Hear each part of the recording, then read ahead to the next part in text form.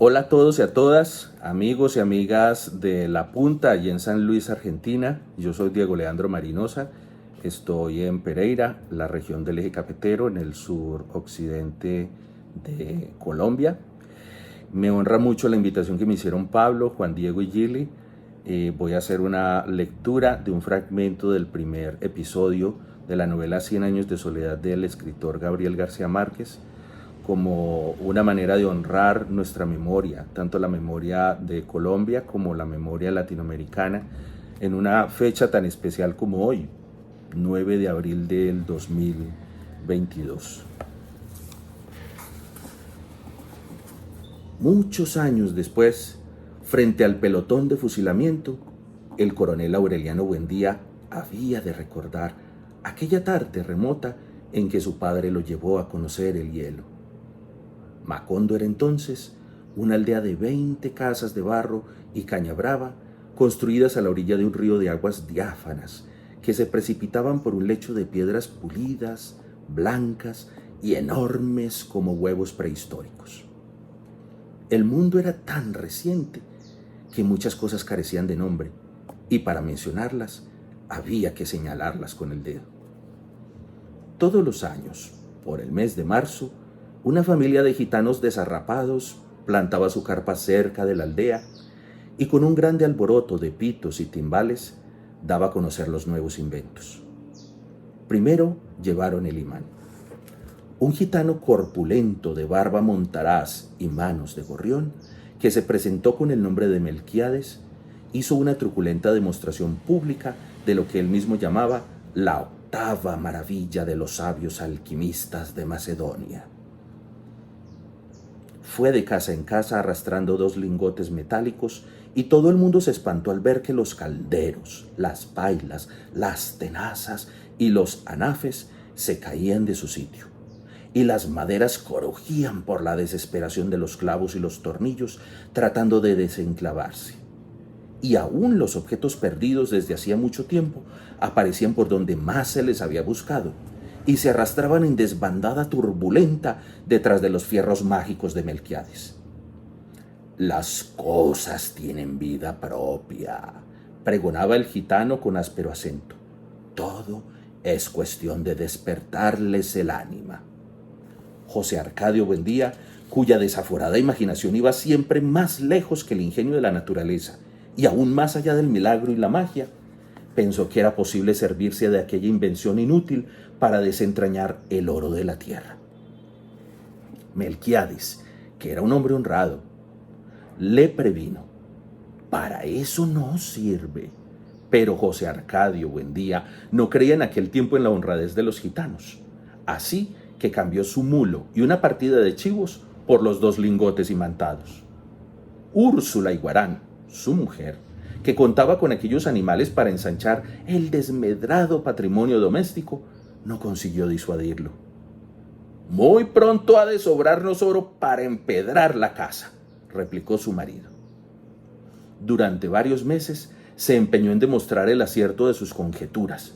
Exploró palmo a palmo la región, inclusive el fondo del río, arrastrando los 2 lingotes de hierro y recitando en voz alta el conjuro de Melquiades. Lo único que logró desenterrar fue una armadura del siglo XV, con todas sus partes soldadas por un cascote de óxido, cuyo interior tenía la resonancia hueca de un enorme calabazo lleno de piedras. Cuando José Arcadio Buendía y los 4 hombres de su expedición lograron desarticular la armadura, encontraron dentro un esqueleto calcificado que llevaba colgado en el cuello un relicario de cobre con un rizo de mujer. En marzo volvieron los gitanos.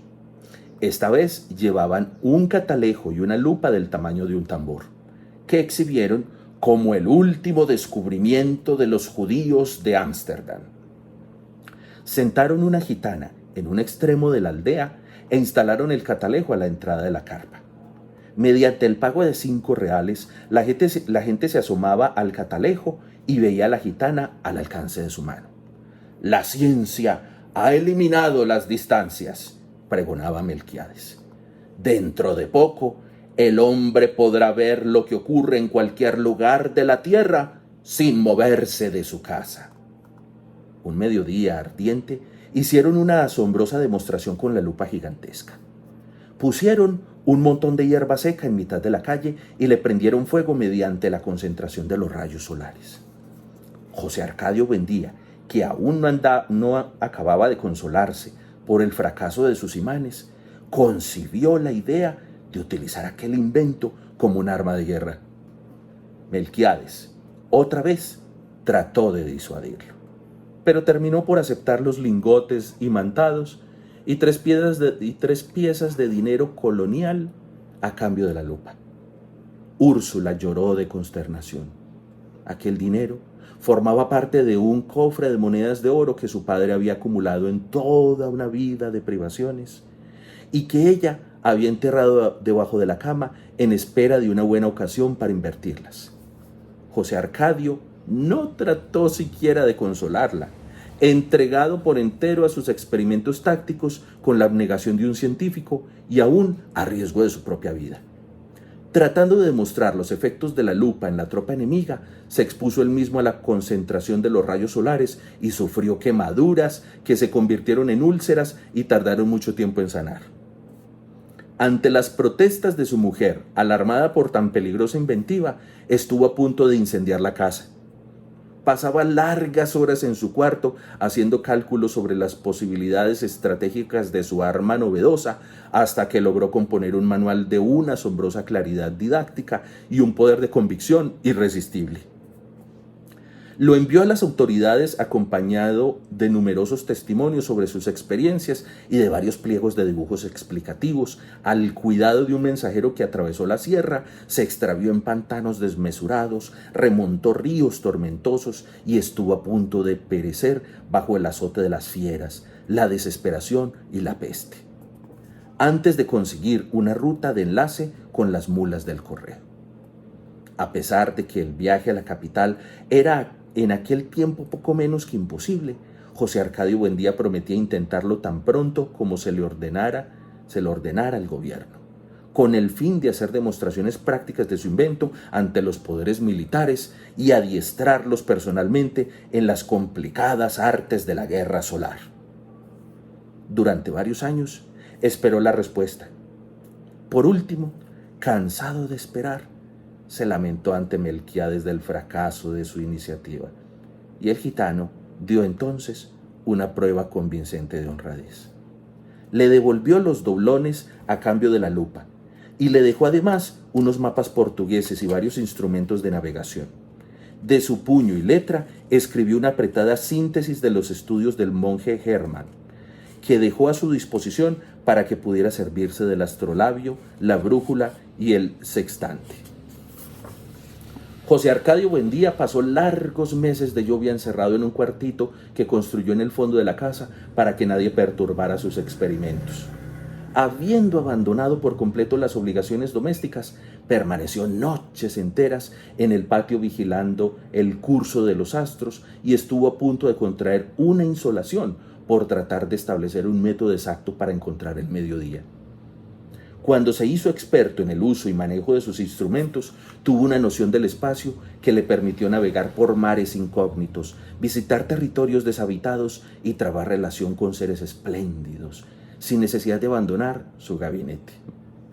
Fue esa la época en que adquirió el hábito de hablar a solas, paseándose por la casa sin hacer caso de nadie, mientras Úrsula y los niños se partían el espinazo en la huerta cuidando el plátano y la malanga, la yuca y el ñame, la uyama y la berenjena. De pronto, sin ningún anuncio, su actividad febril se interrumpió y fue sustituida por una especie de fascinación. Estuvo varios días como hechizado, repitiéndose a sí mismo en voz baja un sartal de asombrosas conjeturas, sin dar crédito a su propio entendimiento. Por fin, un martes de diciembre, a la hora del almuerzo, soltó de golpe toda la carga de su tormento. Los niños habían de recordar el resto de su vida la augusta solemnidad con que su padre se sentó a la cabecera de la mesa, temblando de fiebre, devastado por la prolongada vigilia y por el encono de su imaginación, y les reveló su descubrimiento.